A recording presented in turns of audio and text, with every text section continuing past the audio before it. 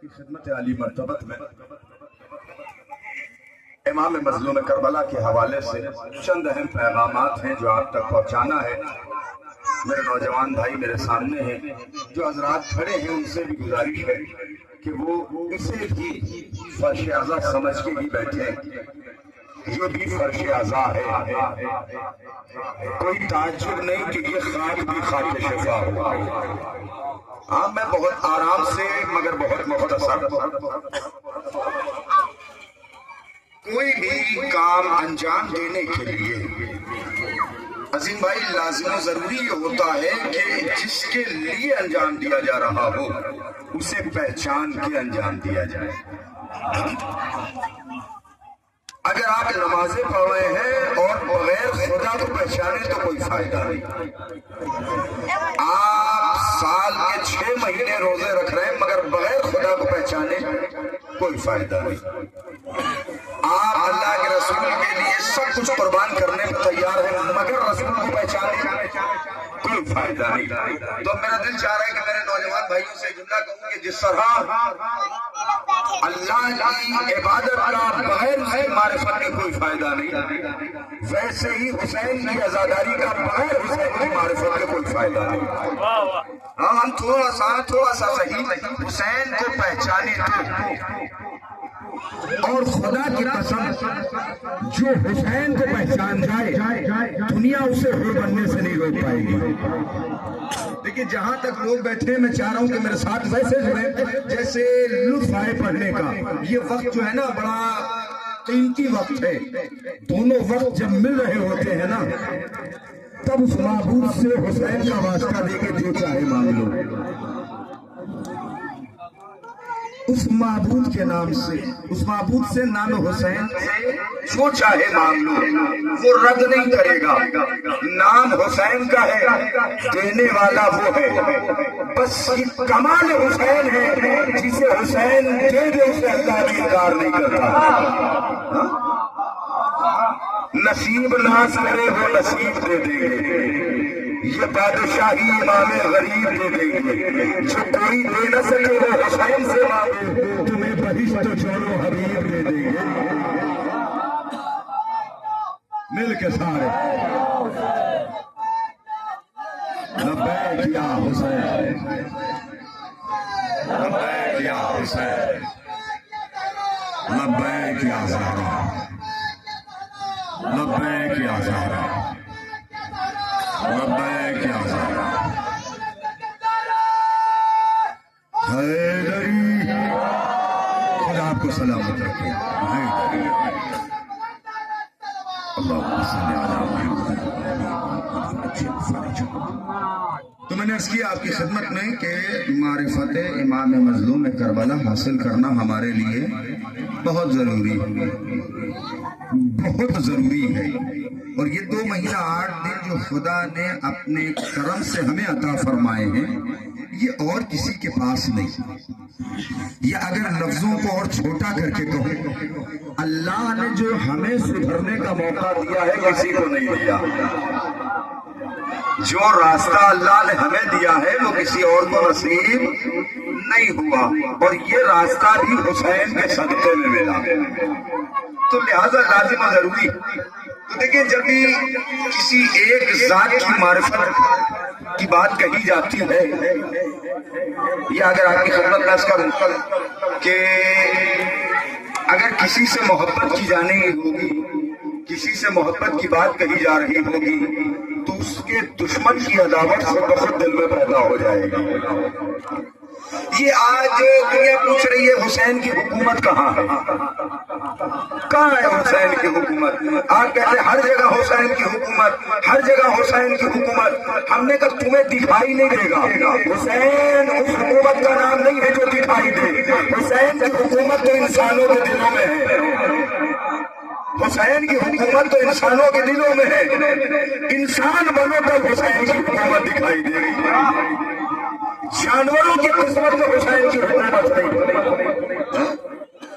مگر بعض جانور بھی ایسے خوش نصیب ہیں جو نام حسین پہ سربلندی بھی پاتے، شہرت بھی پاتے۔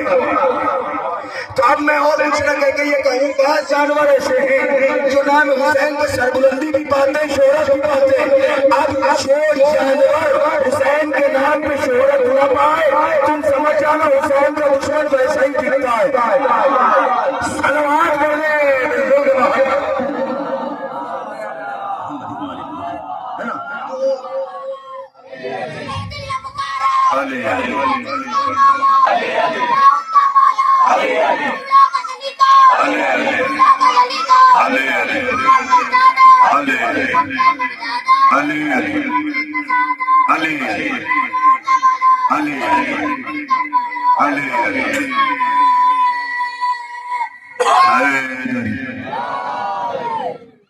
میں نے جس حدیث سرکار ختمی مرتبہ کی تلاوت کا شرف حاصل کیا، ایک سوال ہوتا ہے ہمارے درمیان سے بھی اکثر یہ سوال اٹھ جاتا ہے کہ حسین کے دشمنوں کو کوئی کہتا ہے جنت ملے گی، کوئی کہتا ہے جنت نہیں ملے گی۔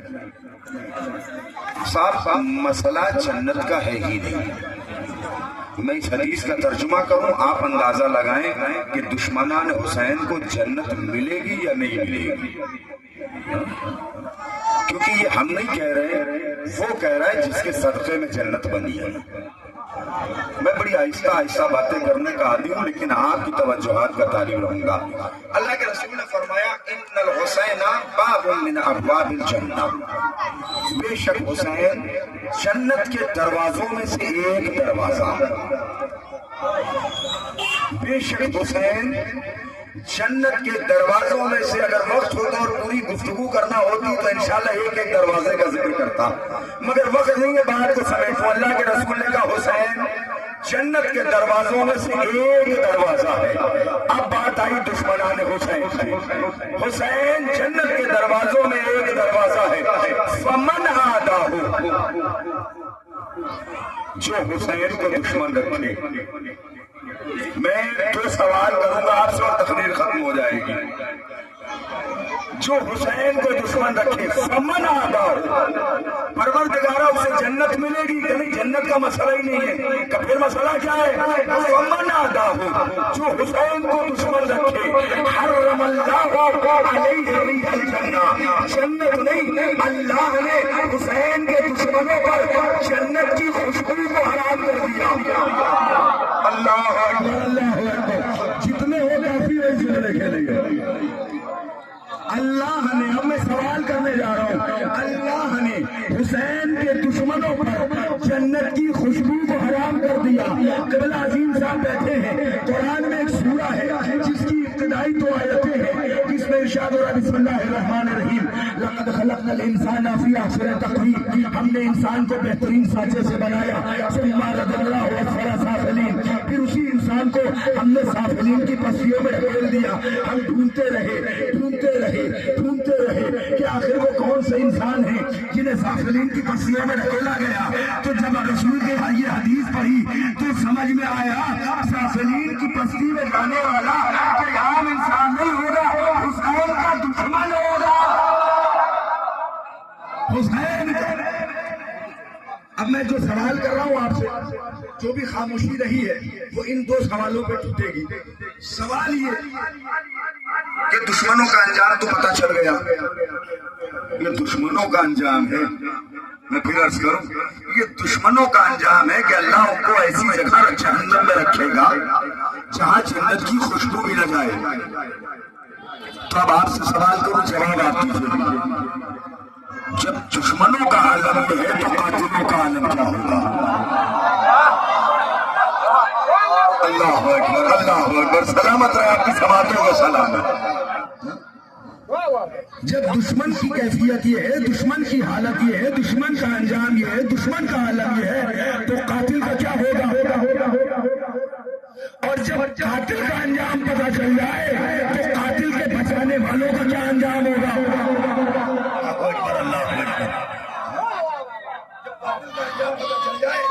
لبیک یا حسین،